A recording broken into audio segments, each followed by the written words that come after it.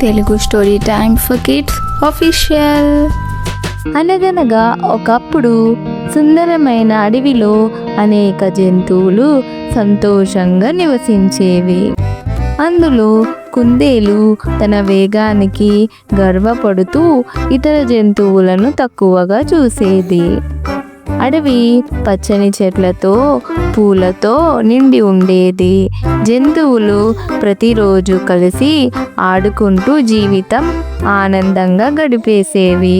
కుందేలు తన వేగంతో అందరికీ ప్రదర్శనలు ఇస్తూ నన్ను మించిన పరిగెత్తేవాడు లేడు అని ప్రకటించేది.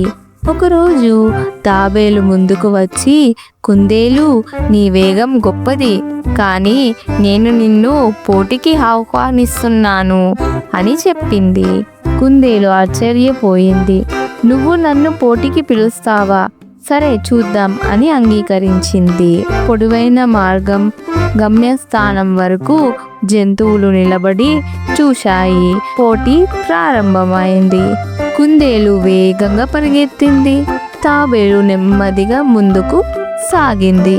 దారి మధ్యలో కుందేలు తాబేలు చాలా వెనుక ఉందని భావించి ఇంకా చాలా సమయం ఉంది అని చెట్టు కింద నిద్రపోయింది.